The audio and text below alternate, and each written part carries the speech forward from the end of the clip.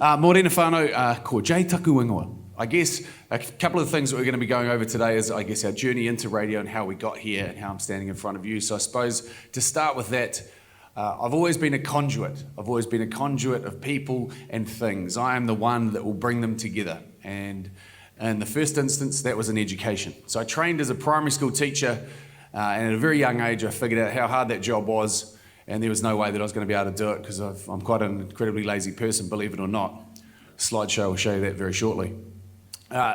Once I'd finished my primary training, I moved into secondary school teaching, where I taught at Tauranga Boys College, and I taught hospitality and life skills. Some of you would know that better as cooking. I prefer to call it hospitality and life skills. I'm not saying that I had really anything to do with where they are currently, but through my classroom came Sam Kane, Kane Williamson, and Peter Burling. So they're cooking up a storm, all three of those lads, generally speaking, except for poor Sammy. That's not his fault, though.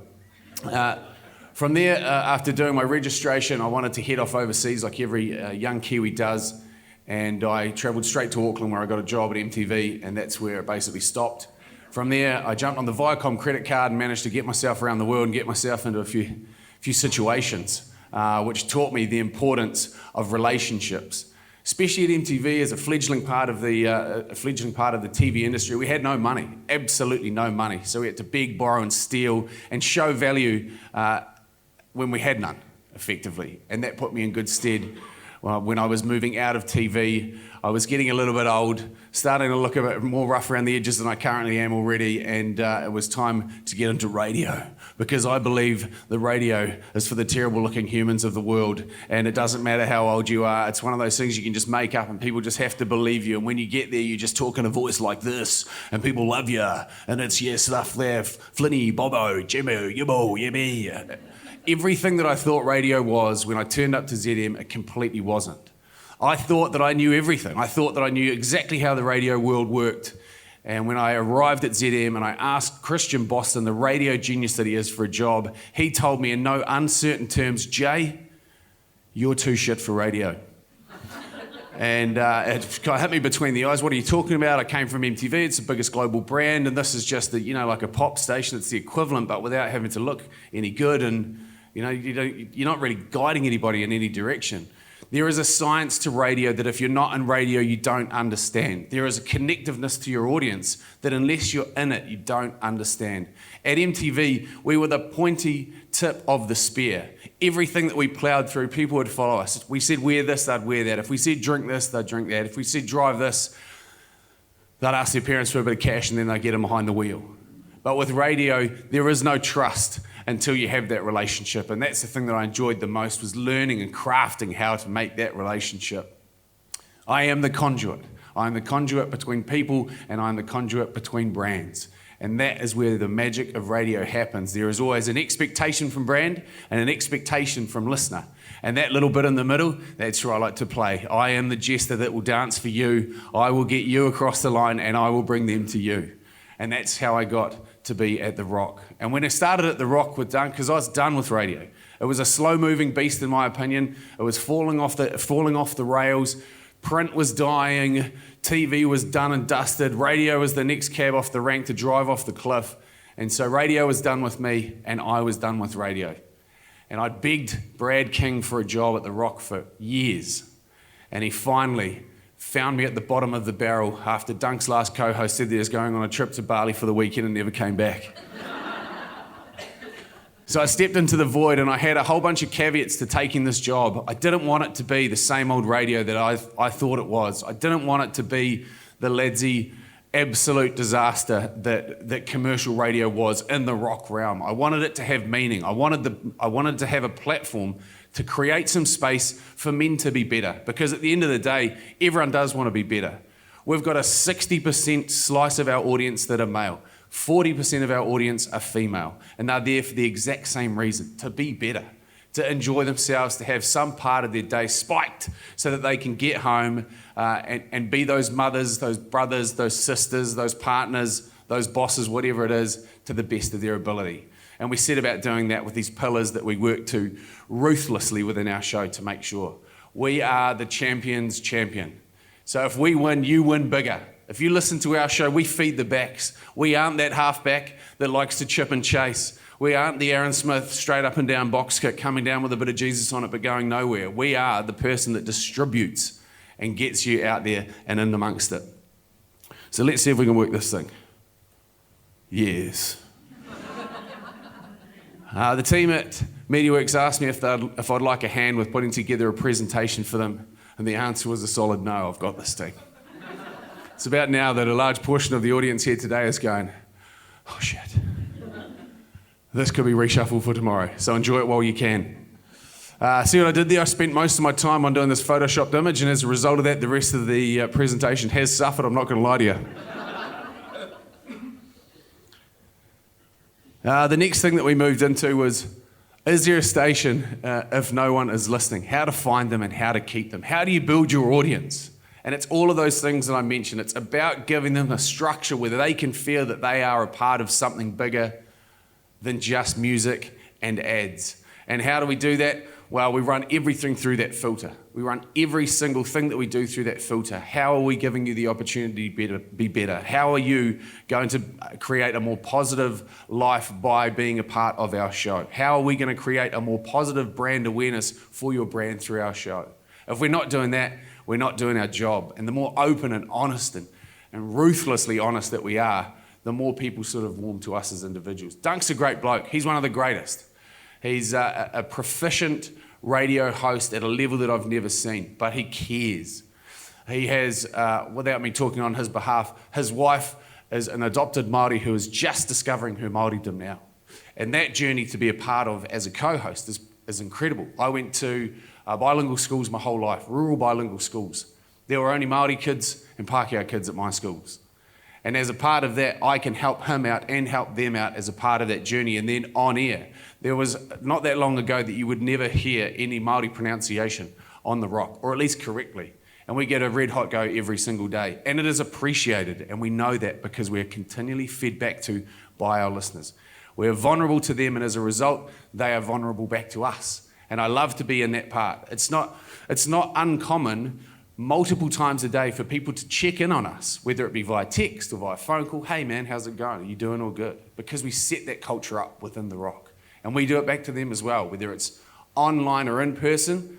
That audience is continually tied to us and we are continually tied to them, and I'm incredibly proud of our audience. I will say it, and I know that there are other radio stations, I love my sis, but I would say that the rock audience is by far the most incredible radio audience, and I will give you examples why. When you don't give somebody a reason to leave, then they will stick with you forever. And this is a heritage brand that has built something, and it is continually adapted to make sure that it is the best that it can be. We're no longer just, that was, this is, here's a song to play for you, and here's an ad to make sure the radio station pays for itself.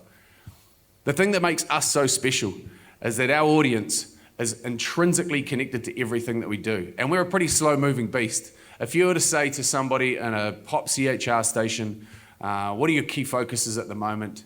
They'd be the latest and the greatest. They're just always on the cutting edge. Our listenership is the tried and true. We could say, go and buy yourself some Vans. Nah, mate, I'm good. I've only worn Doc Martens my whole life. I'm not changing out for anybody. And I love that. I absolutely love that. We've got loads of money, truckloads of money in our audience. They just want to know how to spend it. If we were to give away cash, and we've done it before, hey, who wants $100? Oh, no, I'm good. Phones don't do anything. Text messages go nowhere.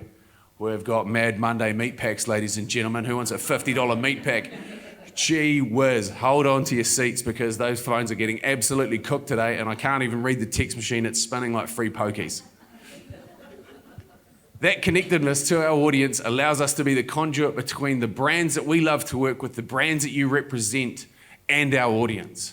And we make it in a meaningful way so that they actually don't feel like they're being had. Because there is nothing, and I'm going to use the term bogan, there is nothing that a bogan hates more than being had. They like to be in on the deal, they like to be a part of the deal. Male, female, all the same. Don't rip me off or I'll never come back. I trust you now, I can only lose that trust in you once. And we don't, and our numbers continue to grow. They need something new. Let's give them a digital platform so they can engage themselves in that. Rover with endless downloads at the moment. Thousands upon thousands upon thousands of streams daily. And it keeps growing. And we own that part of technology. that we can continually mold it into what it is that needs to suit our audience. And by Jesus, it suit our audience. Across the board at MediaWorks, whether it be the trainee sexologist sort of breaking new ground that's never been attacked on that digital platform before in New Zealand. The numbers on it, phenomenal. I still get people coming up to me today saying, that trainee sexologist podcast you did with Morgan and Shaz is pretty hectic. But it's made a complete difference to the way that my wife and I, and my partner and I interact with one another. Just quick show of hands if anyone's heard it. I'll give you the synopsis on it. Anyone? Yes. A little bit of honesty there, you little beauties. I suggest you go and have a listen to it. It's about sex toys and relationships. And it's powerful stuff. It's powerful stuff to be given the opportunity to be there. And how often can a brand that operates in that space get anywhere near radio? Because everything gets stonewalled off. If you have a product, if you have a brand, we can find a place for that brand and that product to sing within radio. Can't do that in TV. You can't do that in print. It's something that is special to us, and it's something that we foster and we nurture and we make incredible. I know I'm chewing through my 20 minutes at a rapid rate of knots. When it comes to mental health advocacy, it is one of the core pillars of The Rock. And Bryce Casey leads by example. He raised, I think, collectively over the last 3 years between funds for I Am, Hope and Movember, just shy of $1 million. That is $1 million that has come out of the collective pockets of The Rock listenership. That is a lot giving a little, which becomes a lot. And it makes a difference because we can see anecdotally through all of the statistics that we drill into that people want to help out. They just don't know how to. That relationship that we have fostering better mental health for men and younger people in the community is one that we pride ourselves with and one that we do incredibly well, and one that has opened us up to conversations that we're not qualified to be a part of. And that is our job. We are the conduit. We take those conversations and we pass them on to the people that can actually deal with them properly and give them the help that they want, because everyone just wants to be better. Okay. What works? Stop yelling at me. It's one of these things that I heard quite some time ago, that when it comes to advertising and it comes to using the medium of radio, if you're yelling at me, it is the quickest way for me to just punch into the next station and just to leave you behind. I would never tell you how to spend your money and how to spend your effort with your clients. That you're beyond qualified. Beyond qualified. The best of the best are sitting in this room. And it's impressive for me to be in front of you. What I would say is trust us. Trust us with your clients. Trust us with your money. Well, it's not your money, it's their money. Because we know exactly what to do with it and how to connect our audience to it. If you want a difference, spend it in radio. When it comes to the other traditional channels that swam against the tide, radio was the first one, and I'm not even going to use the word, it starts with P, it sucks because we've been using it for COVID, ends with IVIT, was the first one to change the way that they operate and make sure that they were there to capture the people that were spilling out of the sides of the net. That is something that no other media has done. And it's impressive to see, having left and then come back. We know that we know that you have a choice on where you spend your money. We know that our listeners have a choice on where they lay their ears.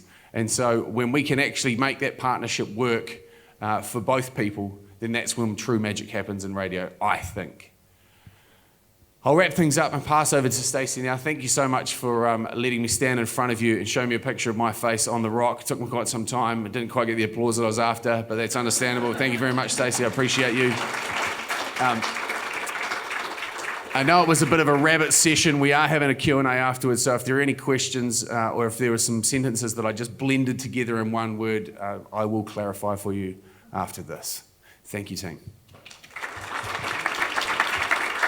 Karanga te rangi e tū nei. Karanga te papa e takoto nei.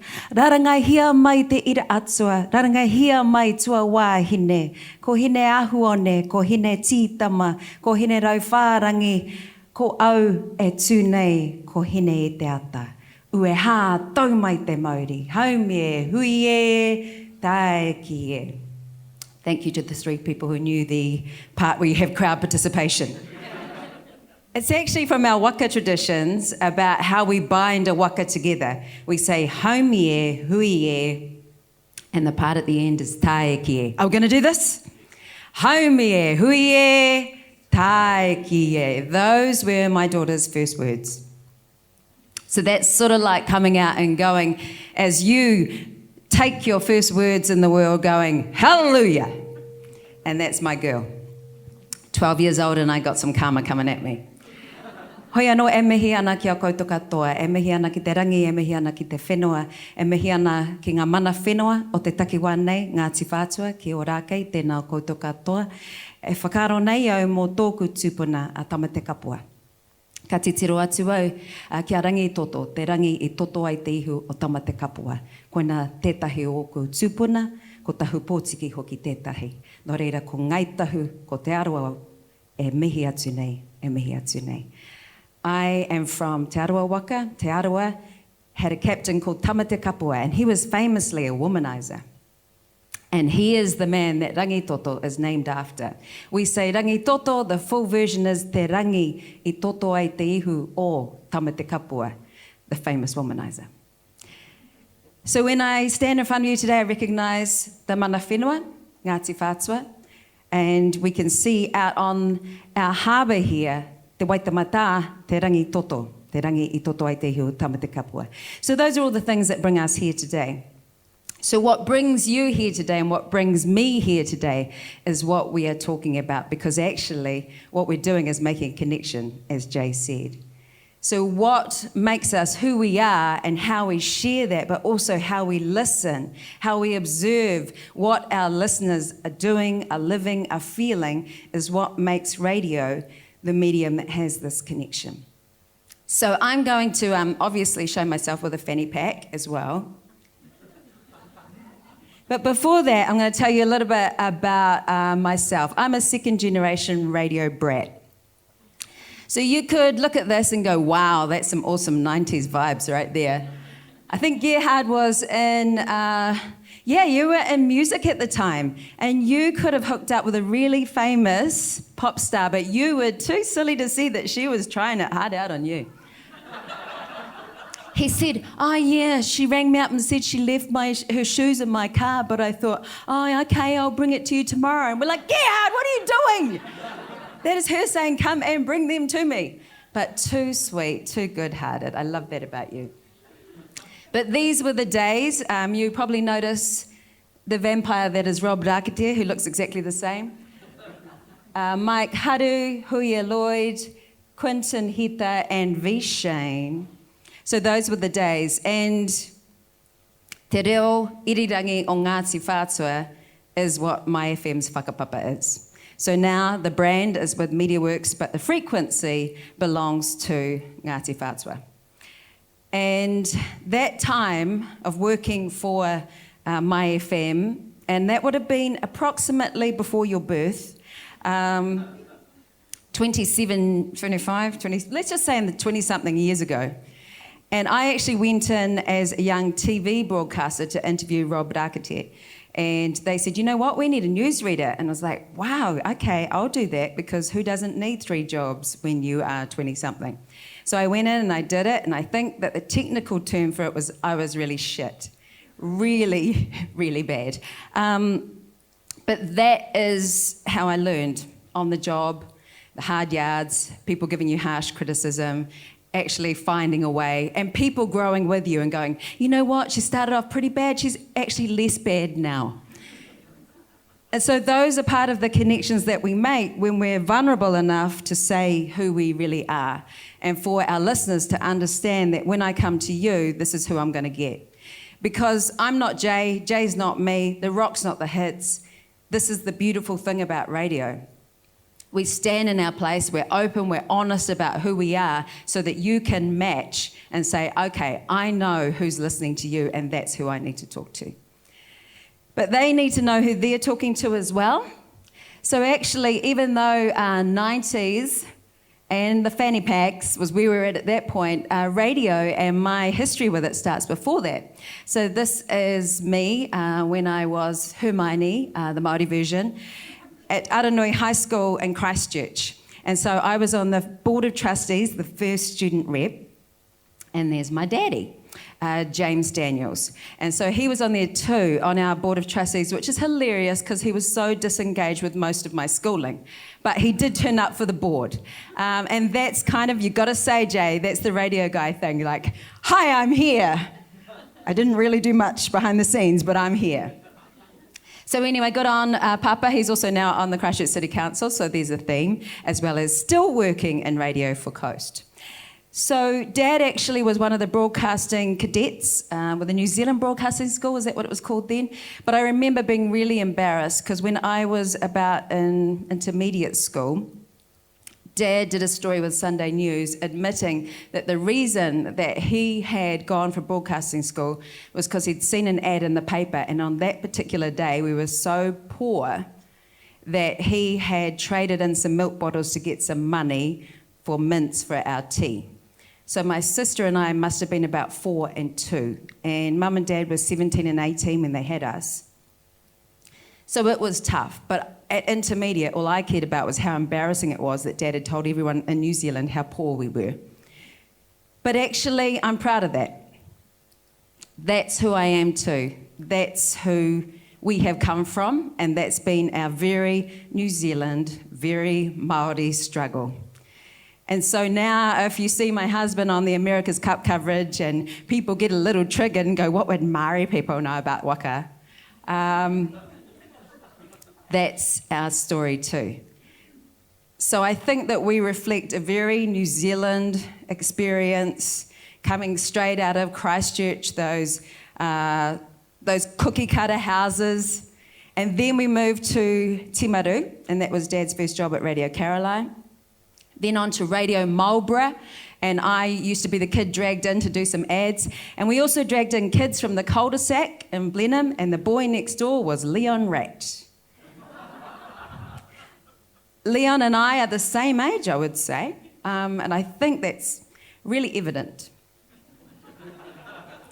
So from there, Dad moved on to 2ZM, C93, and I'd have to say he blew up. That was a golden time in New Zealand radio. So I still have people who listen to us who say, I remember listening to your dad, James and Ken, the Moron Men. So that was sort of a time when we had the Canterbury team winning Rainfully Shield. My sister and I were cheerleaders. The inappropriately small and little ones with the really gorgeous ones that Mike McRoberts had a special time for. So those were some incredible years for actually me to understand that I was actually understanding radio, and that was part of my life. But then I went to My FM, and I had incredible years there. It was a fight though. We did really well. Rob and I in the morning, interestingly, only ever called Robert in the morning. I was there. We actually did huge numbers. One time when one book, or a couple of books, we beat ZB Breakfast. But that was quickly explained away by saying, oh, all of the books must have gone to South Auckland. So, I know it's awkward. It's like, oh, what do I do with my face? It's okay. It is what it is. And My FM is an incredible example of what can happen if you stay strong into who you are and people go, I like that, that's hot. You're doing you, I'm doing me, but I respect the fact that you are you. So with My FM there, we did some amazing numbers, and then we moved, actually I moved in 2004 to Flavour, and that was very interesting because my dad was my boss. And he said in a negotiation, which are always really, really professional, right? He said, that little bitch just asked for more money. But I had to, I was on minimum wage, you know? So I came over to Flavour, and that's when we started up. But one thing that I'll always do, and sometimes you have to look at the fact of how much you're sharing, how much you're giving, but this is actually what people need and deserve. If you're asking them to listen to you every day, to come into their cars, to come into their lives, to try to listen to you over the sound of their children in the back seat, you have to give them something too. You have to share your heart. You have to say, this is my mum, I adore her, and then she got breast cancer and she died at 45, and that is why I do the Pink Star Walks. So sometimes you just need to go, this is community, this is who I am, this is our family. And it's not all for you to market, but it's for you to understand that we have connections and we are part of the same community. And when you have that, then people will remember for years, and they'll tell you for years what impact you had on their lives. I think that's the wrong way around anyway. So this is Flavour. New station, direct competition to where I'd come from, new network. There were some, hard times to try to figure out what new path we could cut, but we found it, and I think that what Flavour is now is amazing. And I love the fact that it's actually my responsibility as a broadcaster, and particularly as a Māori broadcaster, to make a space, to move on and make sure that there's someone to come through. That's part of ensuring the sustainability of our entire industry. So that's Dave Whane, another incredibly talented broadcaster, multimedia in all the ways. The new world was when I came to classic hits, and then that became the hits. Moving into classic hits, you have to read the room again and see who's in that room.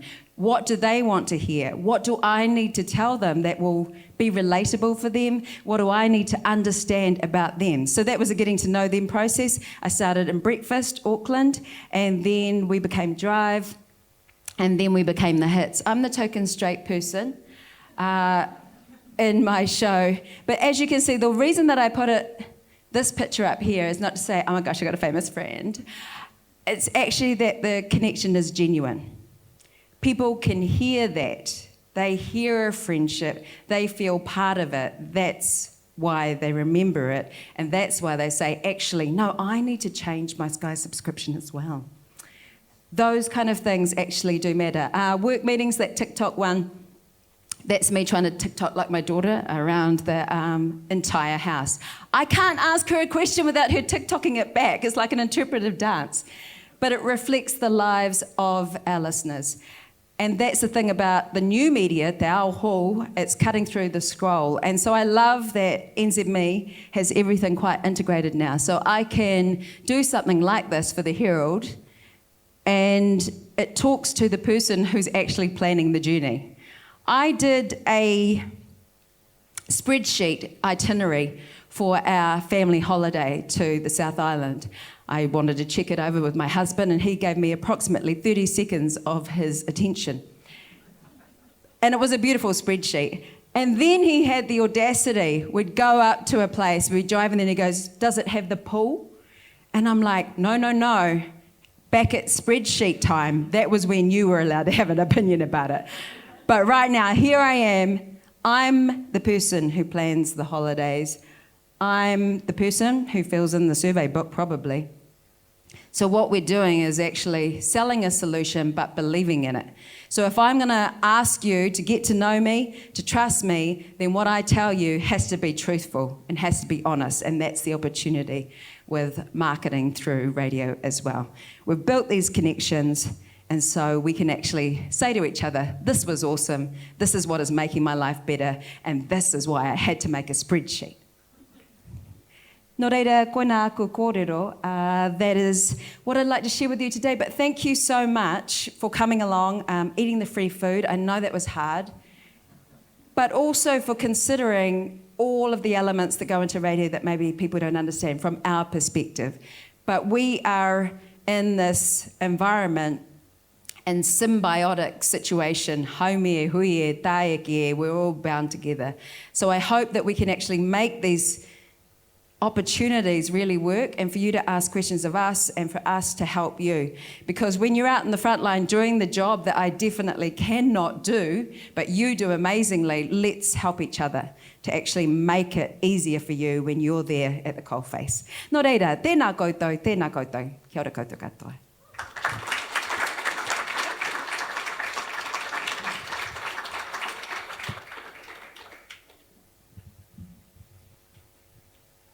Terrific. Thank you very much, Stacey. That was awesome and heartfelt, and that's what radio is all about, so really appreciate that. Jay, thank you too. We now have a time for some questions to ask of Jay and Stacey, so perhaps if you two would like to come up here, and Sheridan will come round with the mic for anybody who's got any questions. Come on, you can do it.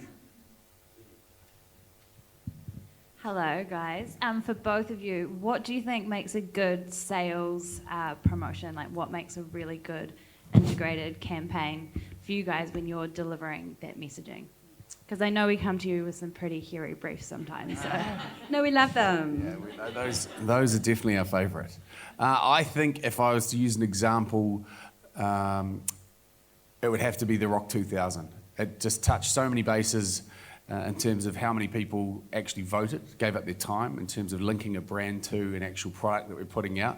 Sometimes it's easier to do that than it is to create something a little bit more bespoke, but it does lend itself in that instance to being able to garner a large audience. It was streamed by over 120 different countries. The votes came from those 120 different countries, and then a lot of radio shows in those markets took our countdown as their show, which they played out to their audience. And the entire time, the brand that we're partnered with the previous year was Carlsberg. They got that coverage. I mean, we're dealing with a national budget by giving them an international delivery. I think it's measuring expectations, and I think that's something that you have to do, and it's what we have to do, and that's what I talk about, that sweet space in the middle. That's where the magic happens. And I think that there's only radio and then those digital assets that we've got, like Rover, that really bring that sort of stuff to life. I think most importantly it's that we're thinking about that from the beginning. So it's not just, oh, whoops, and we should also do this, that it's really holistic and that you can see from the get-go how it's going to be rolled out and how it's logical, organic. And so if I put myself in the place of the listener, how are they going to come across this? First of all with us, and then what are they going to do? And then how are we going to reinforce that and make it actually an experience for them, not just an interaction? I think Stacey actually touched on it as well when she was speaking about she knows her audience and her audience knows her. And if she's a part of that conversation at the beginning, then it makes it so much more malleable, as opposed to, hey, guess what, you guys are going to be doing this, that, and the other thing. You're like, oh, God, now I've got to deliver that to my audience who just know that this is just a shit rolled in glitter. That's just not going to work for us. Yeah, and actually pet hate when it's called an ad-lib, and it's not an ad-lib because it's all written down. So that's not ad-libbed. You know, so if you want us to really get something and sell it, then yep, match it with the right person, and also give us the opportunity to go, this is my way of saying I love it. Even though sometimes, you know, on Instagram we allegedly love everything, but Guilty. we do actually, I think it's a really good conversation to have. Like, at what point does your talent's Instagram, do you need to be part of it and to go, is this us as well? You know, it's actually, I mean, you're more famous in this stuff. I actually don't, I mean, I have to do things that are on brand for me because otherwise it makes me anxious. I don't like it. So when you have a reach as big as someone like, say, Anika, when they, someone like that is in your stable, then you've got different conversations to have. And those are new conversations. So I think that's good if we consider how we can navigate that the best. I think the other thing too, just while I keep rattling on your question, is actually looking at what you've got available to you. Like, look at what is on offer, you know, whether it's Stacey and the ability to go to print and do all these other different bits and pieces. Just use the creative genius of the people that are there. And I think that so often people are a little bit scared to take the punt, especially on us. And there's generally a little bit of separation in between us and the people that actually make the call on the integrated solution or whatever it is. But we love actually being a part of those conversations. We treasure being a part of those conversations because there's nothing worse than having your mouth ripped open, something jammed in it, and then squeezed out over a microphone in front of everybody. You can tell those ones. We all know those ones. We're all nodding and going, yeah. Who wants another coffee? Yes, the handsome man down the back there in that gorgeous shirt.